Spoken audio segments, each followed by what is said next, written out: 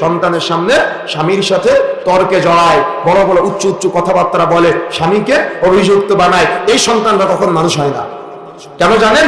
ও জানে ওর বাবা অপরাধী, ও জানে ওর মা অপরাধী, ও জানে ওর মা একজন অপরাধী, ও জানে ওর বাবা একজন অপরাধী। এজন্য মা যখন অপরাধী হয়, বাবা যখন অপরাধী হয়, তখন সন্তান কখন মানুষের মতো মানুষ হয় না। এজন্য মনে রাখার চেষ্টা করতে হবে আমাদের, আপনার স্ত্রী কোনো প্রকার ভুল করতে পারে, শাসনের প্রয়োজন হলে, মীমাংসার দরকার হলে সেটা আপনার সন্তান জানবে না। বোন, বিবেক সম্পন্ন হওয়ার চেষ্টা করবেন।